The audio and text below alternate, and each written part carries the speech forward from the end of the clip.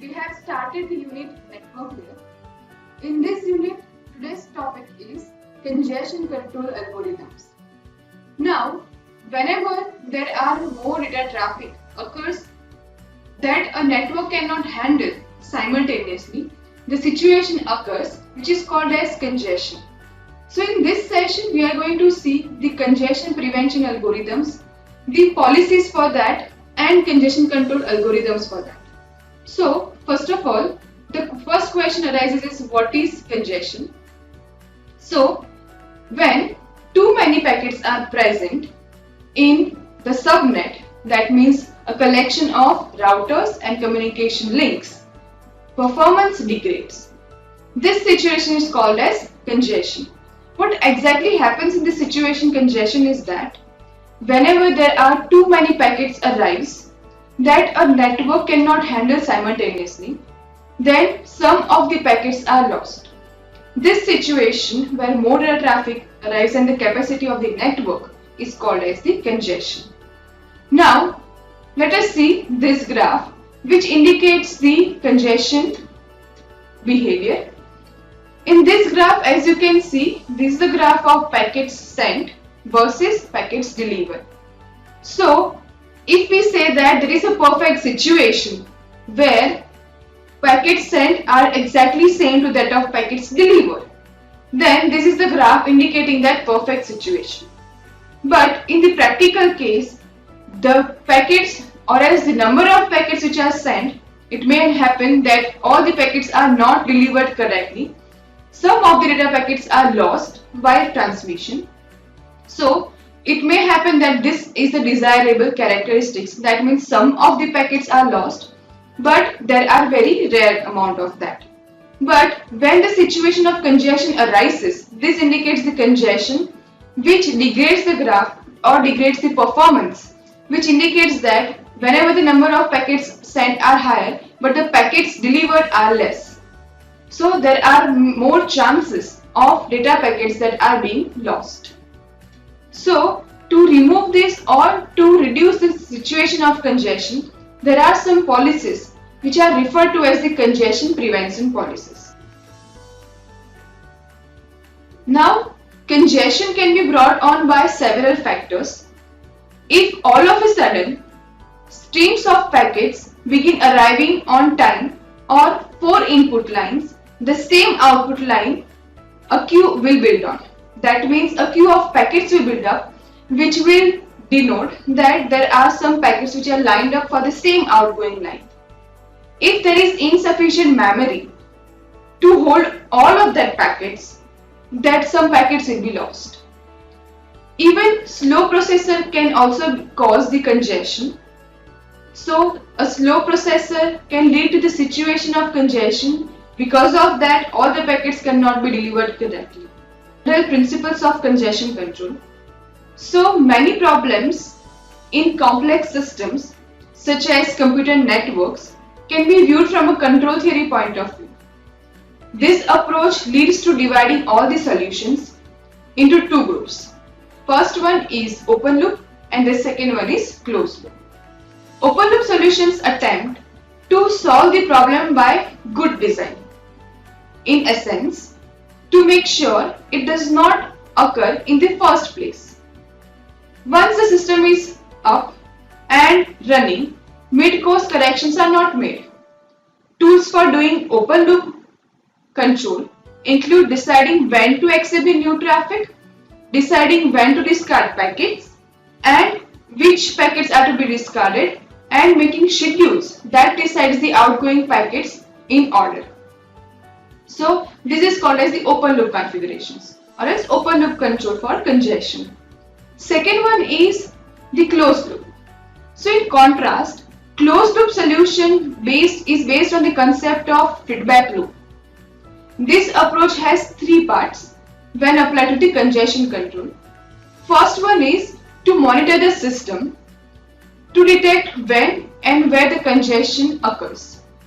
Second is to pass this information to places where actions can be taken. And the third one is to adjust system operations to correct the problem. So there are basically two types of solutions or problem approaches for congestion control or congestion prevention. First one is open loop and the second one is closed loop. It is similar to that of the concept of feedback in the control system. That means in open loop there is no feedback, and in closed loop there is a feedback system which provides the information at the output lines. Now let us talk about congestion prevention policies. So to prevent the congestion there are different policies at various layers. So we are going to consider the policies at three main layers. The first one is data link layer, second one is network layer, and above that there is a layer which is called as transport layer. So there are different policies at these layers. If we consider at the transport layer, the policies are retransmission policy, out of order caching policy, acknowledgement policy, flow control policy, and timeout determination. At the network layer, the policies are virtual circuit versus datagram inside the subnet. Second one is packet queuing and service policy, packet discard policy, routing algorithm, and packet lifetime management. Now at the data link layer, retransmission policy is there, out of order caching policy is there, acknowledgement policy, and flow control policy. So if you look at these prevention policies, transport layer and data link layer policies are similar to each other except one, that is called as timeout determination. Let us understand each policies in detail. The retransmission policy is concerned with how fast a sender times out and what it transmits upon timeout. A jumpy sender, or as you can say fast sender, that times out quickly and retransmit all outgoing packets using a go back end will put a heavier load on the system than the sender that uses selective repeat. Closely related to this is the buffering policy. If receiver routinely discard all out of order packets, these packets will have to be transmitted again later, creating extra load. With respect to congestion control, selective repeat is clearly better than go back end.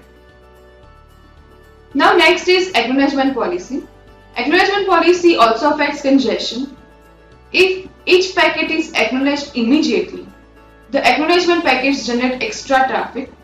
However, if acknowledgements are saved as or are saved up to piggybacking onto the reverse traffic, extra timeouts and retransmissions may result.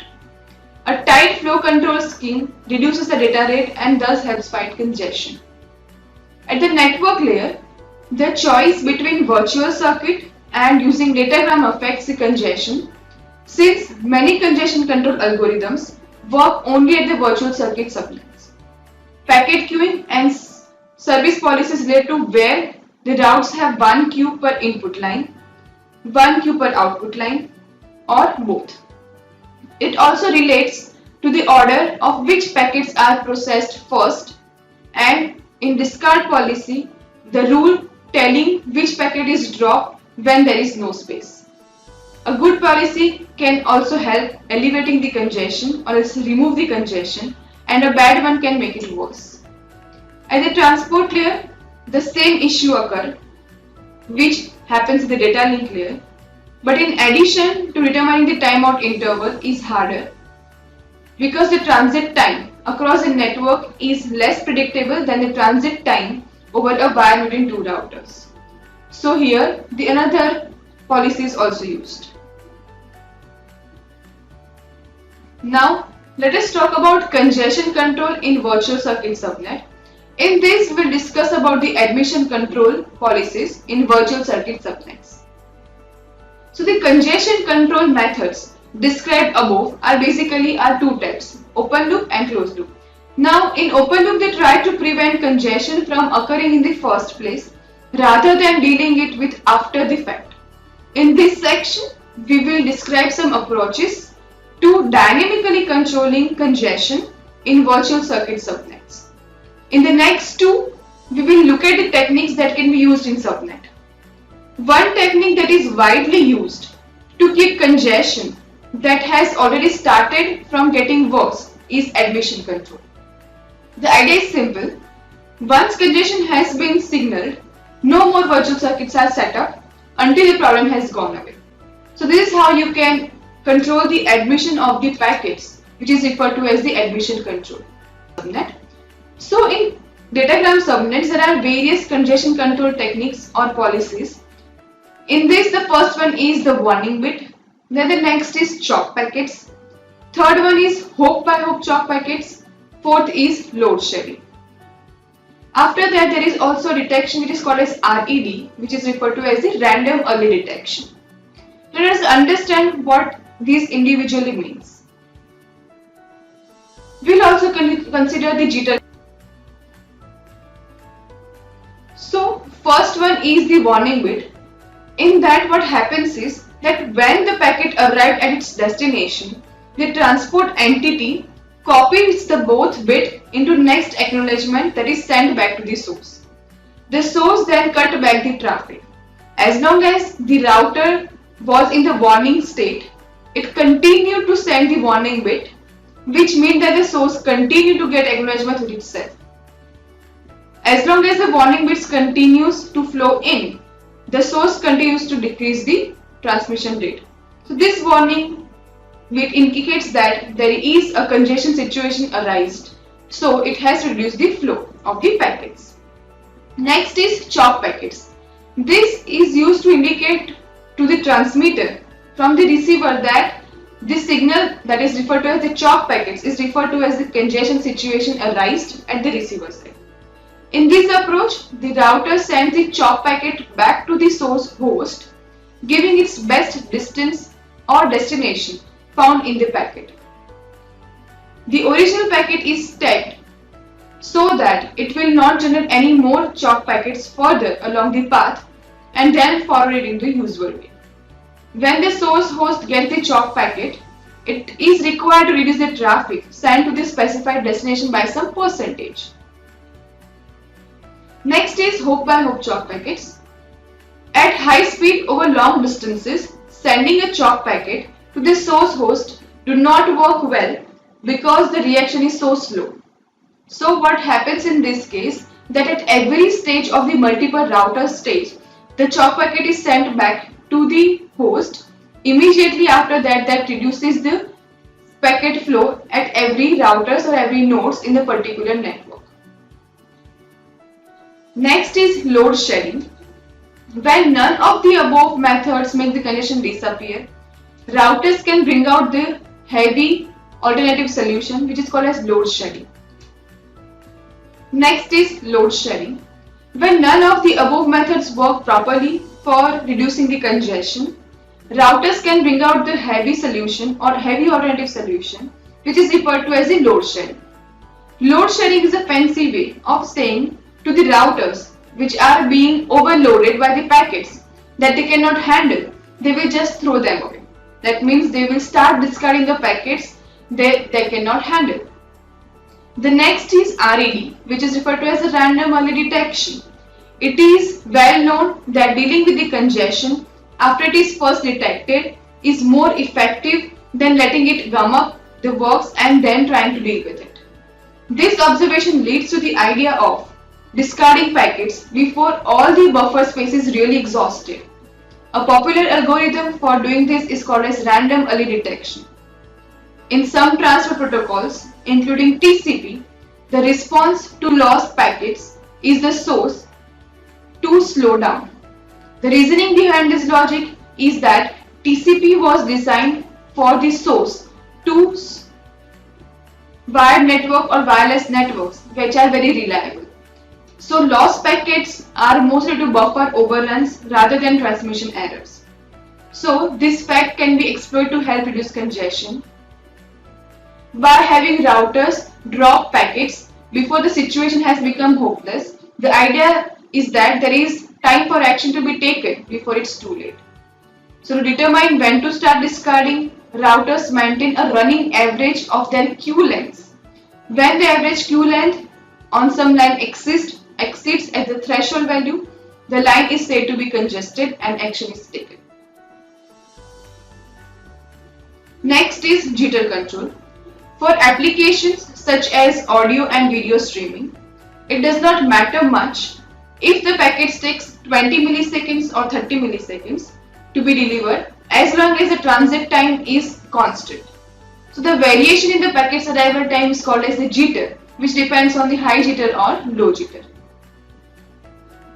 In some applications such as video on demand, jitter can be eliminated by buffering at the receiver and then fetching the data for display from the buffer instead of from the network in real-time applications. However, for other applications, especially those that require real-time interaction between people such as internet telephony or video conferencing, the delay inherent in buffering is not acceptable.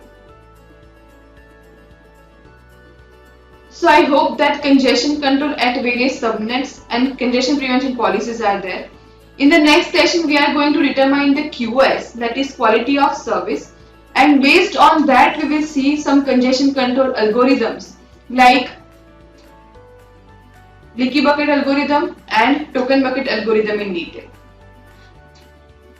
These are the references. Thank you for listening.